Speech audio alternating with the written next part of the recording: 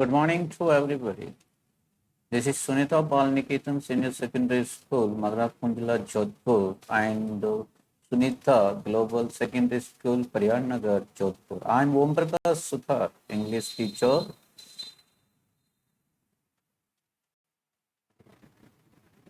You are welcome to online classes. For class 10, we have already covered three lessons and now poem is going on. There are 11 poems in your syllabus. Poem 1 and 2 in last session हमने पढ़ा था poem 1 and 2 को, एक और दो को. उसके हम क्वेश्चन आंसर कर रहे थे और मैंने ये भी कहा था कि दो टाइप के पोएम इस बार जो आपके पोएम हैं वो 8 नंबर की है. ये 8 नंबर की है और ये 8 नंबर में किस प्रकार के क्वेश्चंस आते हैं वो भी मैंने बताया था कि एक एक्सट्रैक्ट आएगा, दो एक्सट्रैक्ट दिए हैं, 11 पोएम में से कोई दो एक्सट्रैक्ट आएंगे और एक्सट्रैक्ट का मतलब स्टांजा 3-4 है उनका. आपको मैंने बोला था compression and sorry appreciation. Actually थोड़ा सा यहाँ पे जो मैंने वापस सिलेबस को देखा था, इसका मतलब एक कंप्रेंशन और एप्रिसिएशन का आपको लिखने की आवश्यकता नहीं होगी. आपको क्या होगा, वो स्टांजा के नीचे दो छोटे छोटे आपको क्वेश्चन दिए रहेंगे 2 नंबर के. ये 4 नंबर का है, इसका मतलब यही है कि भाई 2-2 नंबर के 2 क्वेश्चन आएंगे.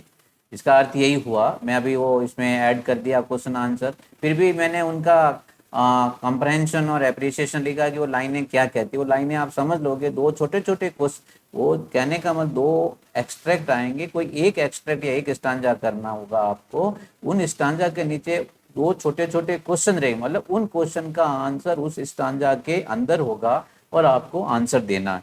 फिर दो क्वेश्चन आएंगे, वो नॉर्मल है, पोएम से पोएम के बारे में दो क्वेश्चन पूछे जाएंगे. वो इंटरप्रिटेशन व्याख्या करना, उसकी थीम के बारे में, विषय वस्तु क्या है, उसका सेंट्रल आइडिया का छोटे छोटे क्वेश्चन. तो ये पोएम 1 हमने किया था शायद, और ये पोएम 1 हमने पूरा पढ़ा था. लेकिन ये स्टांजा का मैं वापस समझा रहा हूँ कि जैसे ये स्टांजा ये आ गया. अब मैंने कंप्रेंशन एंड एप्रिसिएशन तो लिखा है, ये कहने का मतलब है ये लाइनें क्या कह रही, तो ये तो खाली आप लिख लेना याद. लेकिन परीक्षाओं में जो वापस मैंने सिलेबस ऐसा है कि उसके नीचे क्वेश्चन दिए रहेंगे. मैंने 3-4 क्वेश्चन किए समझाने के लिए. परीक्षा में खाली 2 क्वेश्चन आएंगे पोएम से. पोएम की 3-4 लाइनें आएगी, उसके नीचे 2 क्वेश्चन दिए रहेंगे, कोई भी उन क्वेश्चन को आपको करना. और ये मैंने कंप्रेंशन इसलिए लिखा कि आपको थोड़ा इन लाइनें और क्लियर हो जाएगी. परीक्षाओं में नहीं लिखना पड़ेगा आपको, खाली क्वेश्चन आंसर आएंगे छोटे छोटे, मतलब पोएम के नीचे. अब जैसे पहला स्टांजा था, द वे ए क्रो सुक down on me the dust of snow from a hemlock tree. तो ये कौन सी पोएम है आपकी? Dust of snow. ठीक है ना. जब किस तरीके से कवि ने पेड़ की ब्रांच शाखाओं को हिलाया और कवि के ऊपर एक बर्फ के कण गिरे या पार्टिकल्स कण गिरे, तो उस किस प्रकार उसका मूड चेंज हुआ, उसके ऊपर ये क्वेश्चन थे. मतलब कहने वैसे वो लाइनें आएगी और उसके नीचे कोई 2 क्वेश्चन दिए. मैंने 3-4 इसलिए ज्यादा किए कि आपको नॉलेज के लिए. जैसे पहला क्वेश्चन है, हु सुक down the dust of snow. Who का मतलब कौन, कि किसने डस्ट, डस्ट बोलते बर्फ के कण किसने गिराए. किसने गिराए थे बताओ भाई. बर्फ के कण उस पेड़ के ऊपर कौन बैठा हुआ, पेड़ के कभी ऊपर बैठा हुआ था, नीचे बैठा था, कभी तो नीचे था बैठा हुआ था, लेकिन खड़ा था कभी नीचे. ऊपर कौन था? क्रो था. तो क्या होगा, एक क्रो सुक down the dust of snow from the hemlock tree. ऐसे आपको आंसर लिखने पड़ेंगे उस पोइम से. 3-4 लाइनें आ जाएगी, नीचे 2 क्वेश्चन दिए रहेंगे 2-2 नंबर के. ठीक है. और अलग से 2 क्वेश्चन आएंगे, वो तो आएंगे ही आपको. ये 2-2 नंबर के 2 क्वेश्चन वो पोइम के बारे में आएंगे, और ये भी पोइम ही है. ये नॉलेज होगा तो वो अपना आप क्वेश्चन आंसर कर लोगे. दूसरा question, where was the crow sitting. बहुत सिंपल ऐसे क्वेश्चन आएंगे. क्रो कहाँ बैठा हुआ था? कवि के सिर पे? नहीं. The crow was sitting on the branch of a tree. पेड़ की शाखा पे बैठा हुआ था. और ठीक है, उस पेड़ का नाम क्या था? हेमलॉक. या फिर the crow was sitting on the hemlock tree. ये भी लिख सकते हो, वो भी राइट है. या the crow was sitting on the branch of a tree name hemlock. What was the poet, where was the poet standing. कवि कहाँ पर खड़ा था? अब बिल्कुल कवि कहाँ पे खड़ा था? घर में? नहीं. छत के नीचे? नहीं. कहाँ पे? वो कवि हेमलॉक जो धतूरे का पेड़ होता है उसके नीचे खड़ा था. The poet was standing under A tree name. जिस पेड़ का नाम था, नेम्ड का क्या नाम था? Hemlock. Who was sitting on the branch of hemlock tree पे। तो क्या पे फिर देखो क्वेश्चन, क्या जो हेमलॉक ट्री के शाखाओं पर कौन बैठा हुआ था? कभी नहीं। कौन बैठा था? Crow was sitting on the branch of a hemlock. अब पता लगा आपको कंप्रेंशन एप्रिसिएशन क्या होगा? कोई भी पोएम की 3-4 लाइनें आएगी, उसके नीचे दो नंबर के क्वेश्चन रहेंगे और उन क्वेश्चन का आंसर उन्हीं लाइनों में होता है, लेकिन आपको अपनी भाषा में लिखना पड़ेगा। That is called comprehension and understanding. I thought, मैंने सोचा कि उनको लिखना पड़ेगा, लेकिन जब सिलेबस को देखा गहराई से तो पता लगा कि क्वेश्चन आएंगे। ओके, ऐसे पहले 11th और 12th में आता है, इस बार उल्टा कर दिया। 12th के अंदर वो रेफरेंस, कंटेक्स्ट और एक्सप्लेनेशन दे दिया और 10th के अंदर ये ऐसा दे दिया। अब है स्टांजा 2। अब इसके हम क्वेश्चन देखते हैं कैसे क्वेश्चन आ सकते हैं। स्टांजा 2 में हैज गिवन माई हार्ट, मतलब गिवन, हैज गिवन मतलब बदल दिया, मेरे दिल को बदल दिया। कवि का चेंज ऑफ मूड, क्या बदल दिया? उसका मूड, मनोस्थिति, जो दिल था उसको बदल दिया। And save some part of the day I had rued. Okay, जो उसका दिन बर्बाद हुआ था उसको अब ठीक के लिए उसका दिल, मतलब दिल दिमाग। तो ये तो मैंने कंप्रेंशन एंड अप्रिसिएशन समझाया था। इन लाइनों की प्रशंसा कर सकते हैं, लेकिन परीक्षा में लिखने के अभी तो आप लिखिए, इसलिए आप ये लाइनों में एक्चुअली पूरा क्या कवि कह रहा है मैंने यहाँ लिख दिया। लेकिन क्वेश्चन ऐसे आएंगे, ये लिखने की आवश्यकता नहीं है। तो क्वेश्चन मैंने यहाँ 2 क्वेश्चन किए, जैसे कहते what was the impact on poet by the act of nature. Act of nature मतलब किसको बोलते हैं? प्रकृति के काम से कवि के ऊपर क्या प्रभाव पड़ा? ये प्रकृति का कार्य क्या था? ये जो क्या गिरी थी, जो कण गिरे थे पानी किसके? बर्फ के। तो उसके ऊपर, उस कवि के ऊपर क्या प्रभाव पड़ा? क्या प्रभाव? उसका मनोस्थिति, मनो जो दिल दिमाग क्या हो गया? बदल गया था। Act of nature change the mood off the poet. ये याद रखना कीवर्ड है, the change the mood off the poet. कवि का मनोदशा, मनोस्थिति बदल दिया। फ्रॉम सैड मूड, जो दुखी जो मूड था, मनोस्थिति थी, टू हैप्पी मूड। किसमें बदल दिया? प्रसन्नता में बदल दिया। ये इम्पैक्ट पड़ा प्रकृति का उसके ऊपर। दूसरा क्वेश्चन है what was the previous condition of the poet and why was so. Previous का मतलब जब, प्रीवियस का मतलब पहले, जब उस पेड़ के नीचे कवि खड़ा था हेमलॉक के ट्री में, तो पहले उसकी हालात क्या थी? अच्छी नहीं थी, वो दुख में था। वो घर से निकला, पेड़ दुखी होकर घर पेड़ के नीचे खड़ा था। तो यहाँ previous condition of the poet was dark. Dark मतलब अंधेरा। अंधेरा का मतलब यहाँ अर्थ देता है अच्छी नहीं थी। फुल ऑफ सोरो फुल आइडिया, उसके दिमाग में पूरा सोरोफुल मतलब दुख भरा हुआ विचार थे। उसके अंदर कैसे विचार? दुख भरे हुए विचार थे। इट वाज सो, किस लिए था? सो मतलब ऐसा, due to sensitivity towards life. Towards मतलब जिंदगी के प्रति संवेदनशीलता। हम लोग जिंदगी के प्रति बहुत कई बार संवेदनशील हो जाते हैं, बहुत निराश हो जाते हैं कि हम क्या करेंगे ऐसी। तो ये जिंदगी के प्रति संवेदनशीलता की वजह से वो बहुत दुख भरा हुआ विचारों में था। ये उसके पेड़ के जब कण गिरे थे बर्फ, उससे पहले उसकी स्थिति थी। ठीक है, ऐसे ये क्वेश्चन आएंगे। और मैंने शायद ये आपको क्वेश्चन आंसर भी समझा दिए होंगे। 5 क्वेश्चन मैंने बोला था। ठीक है, इसका मतलब क्या होता है। आज हम पोएम, ये 5 क्वेश्चन देखो, ये दूसरे जो 2-2 नंबर के 2 क्वेश्चन आएंगे वो ऐसे क्वेश्चन आएंगे। मैंने शायद ऑलरेडी समझा दिया। कोई डाउट है तो आप पूछ सकते हो। ओके, पूछने का मतलब अभी लाइव क्लास तो नहीं है, but you can whenever one live class is there or when school opens, so whichever question you don't understand, जो क्वेश्चन आपको समझ में नहीं आया उसको आप वापस पूछ सकते हो। ये पोएम 1 और 2 है, वो आज हम फिनिश करेंगे। ओके, कल हम पोएम 2 स्टार्ट करेंगे, 3 सॉरी पोएम 3 स्टार्ट करेंगे। पोएम 2 फायर एंड आइस, ये अभी पढ़ा था। What is fire and fire, कल मैंने पोएम ये पहले पढ़ा दी थी लास्ट सेशन के अंदर। फायर बोलते हैं अग्नि को, आइस बोलते हैं बर्फ को। लेकिन यहाँ फायर का मतलब डिजायर, इच्छा। आइस का मतलब क्या? हैटर्ड, घृणा। ये दुनिया का अंत होगा कभी भी तो इन किसी दो, आइदर वन, आइदर मतलब किसी एक से होगी। ओके, सेंट्रल आइडिया क्या था इसका? पूरा मैं अभी पढ़ा रहा हूँ इसको। Okay, the central idea of, idea क्या बोलते हैं? केंद्र विचार क्या, थीम। इसलिए थीम ऑफ द पोएम, इस पोएम से क्या शिक्षा मिलती, मैसेज क्या संदेश देती है, ये सब एक ही चीज होती है। आपको कहीं पर भी ये उत्तर आप लिख सकते, किसी बंदे को उस पोएम का सेंट्रल आइडिया पता है, he can answer any question, कोई भी आप उत्तर दे सकते हो। तो ये पोइम है fire and ice is compose, इस कवि इसकी कंपोज रचना किसने की है? फेमस अमेरिकन पोएट, एक अमेरिका के प्रसिद्ध कवि है जिसका नाम है रॉबर्ट फ्रॉस्ट। दैट उसने क्या कहता है? And of the world will cause, and of the के दुनिया का अंत होगा, विल कॉज क्या कारण होगा? विल कारण होगा, विल कॉज का अर्थ है कारण, क्या? Due to unending desire, unending मतलब होता है जिसकी कोई सीमा नहीं हो, इच्छाओं की, ठीक है। ऐसा ऐसा देश या दुनिया या जो ह्यूमन बींग है, जिन इंसान की कोई एंडिंग नहीं है, सीमा, ये भी मैं ले लूँ, यहाँ पे कब्जा, जैसे बहुत से देश होते हैं हमेशा कुछ न कुछ गड़बड़ करते रहते हैं, लाइक चाइना। तो ये ऐसे ही अनएंडिंग डिजायर है, वो किस में बदल जाएगा? फायर, फायर का मतलब होता है, मतलब वो डिजायर में, मतलब फायर में आग, वो उसका अंत हो जाएगा। और हेटर्ड जिसका मतलब है ice, among the human being, among का मतलब बीच में, जो इंसान है दुनिया के अंदर, जो दुनिया का अंत होगा उनका दो ही कारण होगा, या तो डिजायर या हेटर्ड या फायर या ice, among the human being.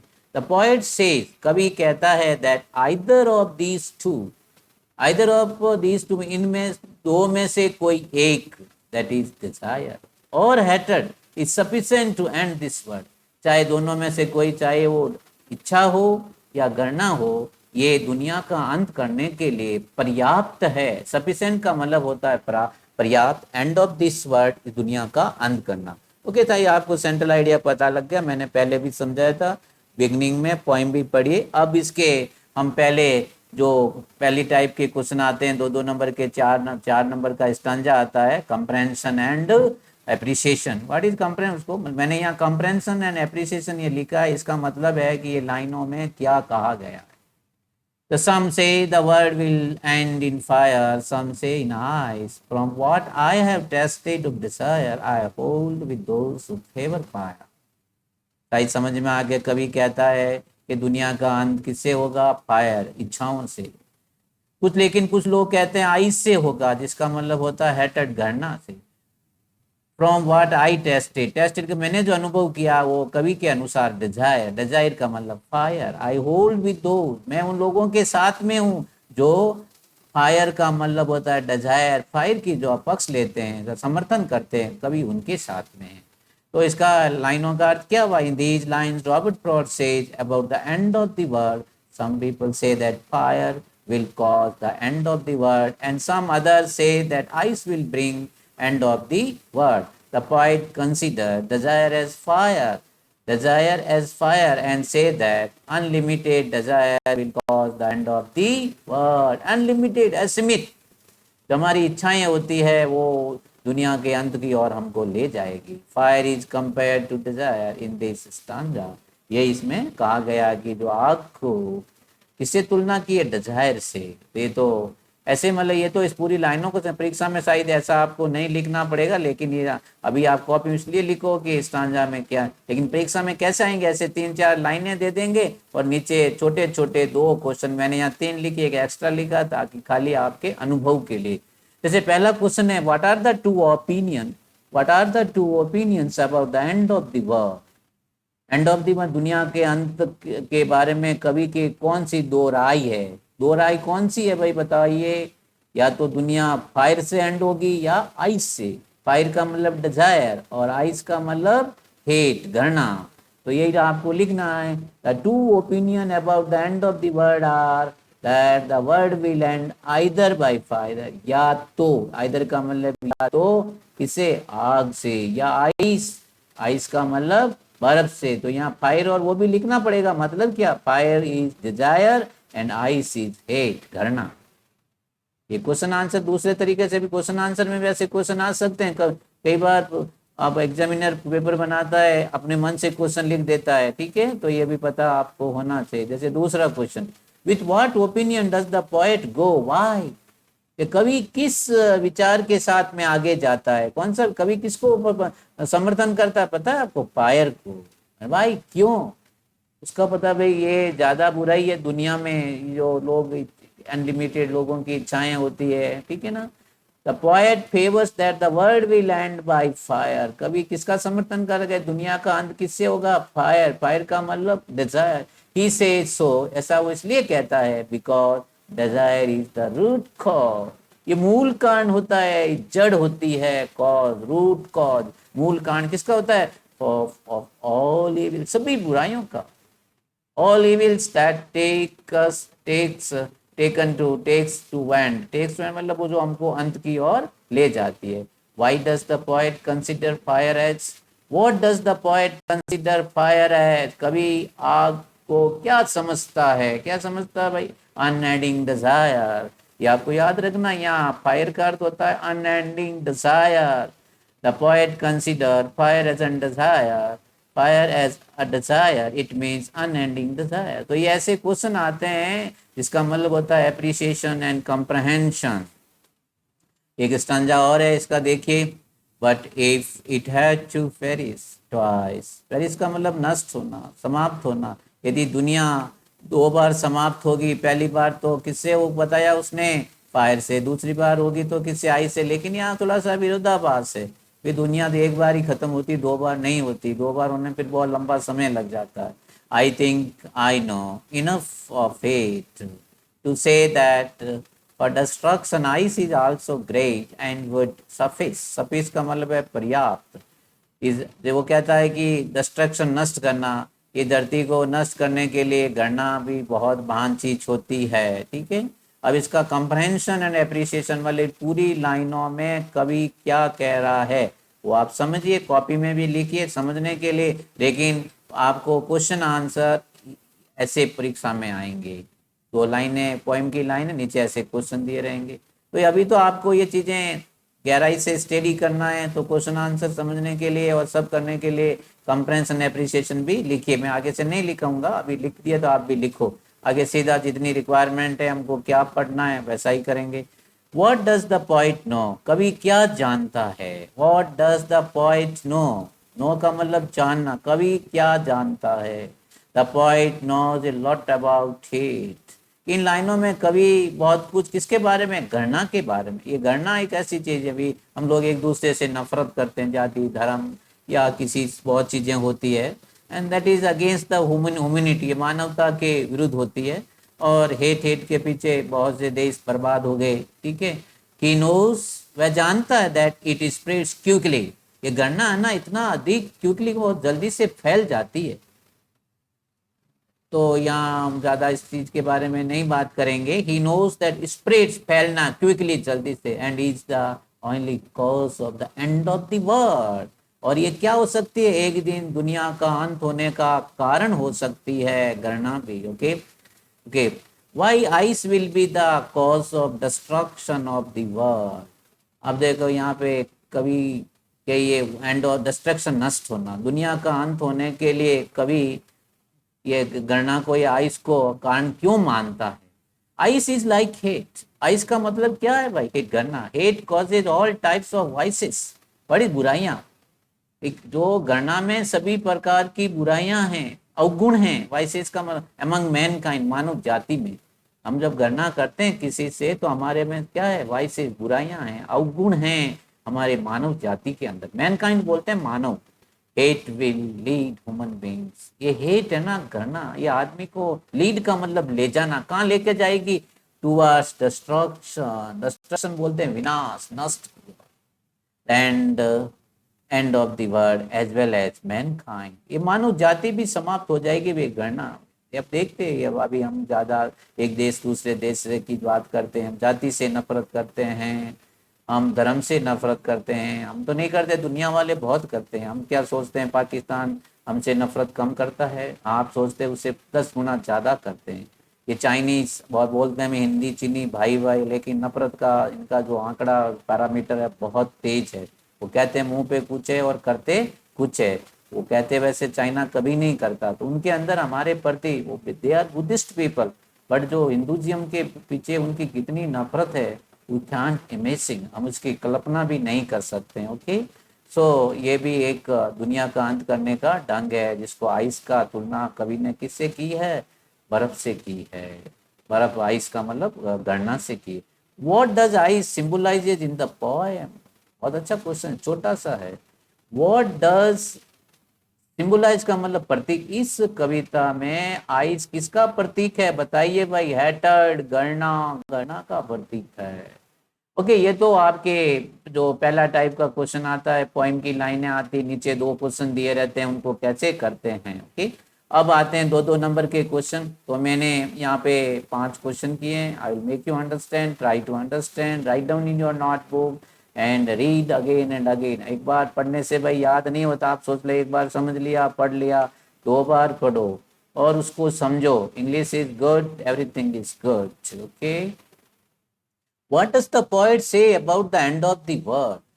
अब देखो ये नॉर्मल क्वेश्चन है, कोई यहाँ स्टांजा वगैरह से नहीं आते हैं, ये तो नॉर्मल 2-2 नंबर के क्वेश्चन आते हैं उस पोइम के बारे में, कि आपको पोइम के बारे में क्या है, उसका सेंट्रल आइडिया क्या है, थीम क्या है, कौन सी लाइन में क्या आपको शिक्षा मिलती है। कभी तो छोटी छोटी 2 पोइम है, दो छोटा छोटा स्टांजा, लेकिन हमको कितना हम लोग उसके बारे में बहस कर रहे हैं। How much you are talking about 2 stanza. So, because they carry a number of meanings. What does the poet say about the end of the world? कवि दुनिया के अंत के बारे में क्या कहता भाई, दुनिया का अंत होगा किससे? या तो फायर डिजायर से, या फिर आइस, आइस का मतलब गणना से होगा। The poet says that one day the world will and. He discusses, वो चर्चा करता है। 2 ऑप्शन, 2 राय रखता है या विकल्प रखता है। For the end of the world, one day by fire, एक दिन या तो आग से, इच्छा से, एंड अदर बाय आइस मतलब गणना से। Either of two, either of two, इन 2 में से कोई एक इज सफिशिएंट, पर्याप्त है किसके लिए? दुनिया का अंत करने के लिए। How is the paradox? Paradox का मतलब विरोधाभास। Okay, used in the line but if to perish twice. देखो एक लाइन आई थी, पोइम पढ़ रहे थे, यदि 2 बार दुनिया नष्ट होती है तो ये विरोधाभास, दुनिया एक बार होती नष्ट है, ठीक है। फिर इसका मतलब मरना, डाई करना, या नष्ट होना। There is a paradox in the line, इस लाइन में विरोधाभास है। But if it had to perish twice, 2 बार, ट्वाइस का 2 बार, in the sense that person और ए थिंग, को चाहे व्यक्ति हो, कोई दुनिया में कोई चीज हो, अनेबल टू डाई ट्वाइस, मतलब यही है कि कोई भी चीज 2 बार नहीं मरती है। We have to die once, once we died, हम दूसरी बार जन्म ले, आगे क्या होता है वी कांट इमेजिन। तो ये अनेबल टू डाई मतलब यही विरोधाभास है कि कोई भी दुनिया में, चाहे ह्यूमन बीइंग हो या कोई चीज हो, वो 2 बार नहीं मरती है। इसलिए यहाँ पे लिखा if it had to perish twice, तो ये विरोधाभास, unable to die twice. The line is use figuratively, मतलब एक अलंकरण के रूप में कह सकते हैं, फिगरेटिवली, टू डिमोन्स्ट्रेट, ये लाइन प्रदर्शित करती है that hatred is equally harmful as desire। यहाँ थोड़ा अर्थ निकल रहा है इनमें। ये तो सही है कि कोई भी दुनिया में 2 बार नहीं खत्म होता, लेकिन यहाँ कहने का कवि ये कहना चाहता है कि जितना ये फायर मतलब डिजायर का हानिकारक है, उतना ही उसके बराबर ये जो आइस, जो जिसको आप हेटेड कहते हो, इक्वली बराबर है। The line is used figuratively to demonstrate that hatred is equally harmful, इतना ही खतरनाक है बराबर जितना की इच्छा। Question 3. What message does the Robert Frost wants to convey through this poem? Fire and Ice, जो Fire and Ice है आपकी पोएम, इसके माध्यम से कवि आपको क्या संदेश देना चाहता है, पहुंचाना चाहता। कवि का मतलब पहुंचाना पोएम के, ठीक है। तो क्या संदेश देना भाई, दुनिया का अंत होगा एक दिन, ठीक है। इसलिए आपकी जो इच्छाएं हैं अनकंट्रोल है, उसको कंट्रोल करो, ठीक है, नहीं तो एक दिन दुनिया से खत्म हो जाएगी। The poets Robert Frost wants to convey the message that uncontrolled desire, ये कंट्रोल नहीं, अनकंट्रोल्ड डिजायर, इच्छाएं। जैसे हम लोग भी घर में जब हमारे जितनी इनकम के हिसाब से हम खर्चा नहीं करते हैं, तो ये अनकंट्रोल डिजायर होती है, तब परेशानी आती है कमाने वाले के ऊपर। तो हमारे को हमेशा कंट्रोल डिजायर रखनी चाहिए। जैसे घर की परिस्थितियाँ, फाइनेंशियल कंडीशन होती है, घर के इनकम होती है, तो अनकंट्रोल डिजायर होगी तो परिवार पूरा परेशान हो जाता है। Desire and hatred should be control, कभी यही कहना है कि जो हमको जो अनकंट्रोल डिजायर है और जो हम गणना करते हैं, इनको हमें नियंत्रण करना चाहिए। Being a human being you should not hate anybody. हम एक लड़के से दूसरे लड़के से गणना करते हैं, लड़का लड़की आपस में गणना करते हैं, लड़कियां एक दूसरे लड़कियों से गणना करती है, वो तो ये सब you have to stop all this things, हमको सबको बंद करना चाहिए। वी लव ह्यूमन बीइंग, हमको मानव जाति से क्या प्रेम करना चाहिए, पसंद करना चाहिए। नो ये कास्टिज्म ये सब ये इधर ही है, ऊपर जाने के बाद सब एक हो जाएंगे। Okay, both are equally harmful, ये इक्वली मतलब बराबर हार्मफुल, खतरनाक है, नुकसानदायी है दोनों चीजें, चाहे आप अनलिमिटेड या अंडर कंट्रोलेबल डिजायर है या करना है, and may lead to end of the world, और ये चीजें दुनिया का अंत कर सकती है। We must be free from this two, इन दोनों से हमको मुक्त होना चाहिए। We love human being, we don't hate anybody, let be anyone. Okay, हम कभी भी किसी से घृणा मत करो, घृणा बहुत बड़ी बुरी चीज है। Okay, you should not become jealous also, jealous बोलते हैं किसी से घृणा करने का अर्थ देता है तड़का। We must be free from this two make our world more beautiful, हमको दुनिया को सुंदर बनाना भाई, दुनिया को। लेकिन ऐसा होता नहीं, बात कर सकते हैं लेकिन अलग अलग देशों की अलग अलग विचारधाराएं, अलग अलग समाज है, तो मुश्किल है। But you try to be a good human being, हम अच्छे इंसान होने की कोशिश कर सकते हैं। Okay, how is I sufficient to bring destruction, कभी ऐसा क्यों कहता अभी बर्फ जो गणना भी बहुत एक पर्याप्त होती है दुनिया का नष्ट करने के लिए, ब्रिंग लाना डिस्ट्रक्शन विनाश। The poet Robert Frost symbolize ice as hater, कवि क्या सिंबलाइज करता है आइस को, गणना को। अकॉर्डिंग टू हिम मतलब कवि के अनुसार, hated can bring a great destruction, great का मतलब महान, अधिक, डिस्ट्रक्शन का मतलब होता है विनाश। ये गणना भी बहुत अधिक विनाश लेके आ जाती है। गणना के अंदर लोग हम कितने लोगों को मार देते हैं पैसों के। ये डिजायर में बोल रहा था कि कल परसों कहीं सुना था कि राजस्थान पत्रिका में आया था कि उसने उसको पैसों के लिए 5 लाख की सुपारी दी, 2 लाख की सुपारी दी, और उसने उसको मार देते हैं, मर्डर कर देते हैं लोग। देखो कितने नालायक होते हैं दुनिया में इंसान, पैसों के बदले किसी का इंसान की हत्या कर देते हैं। ओके, तो ये क्या है, अनडिजायर, पैसा चाहिए उसकी, क्या है, अनडिजायर, अनकंट्रोल्ड डिजायर।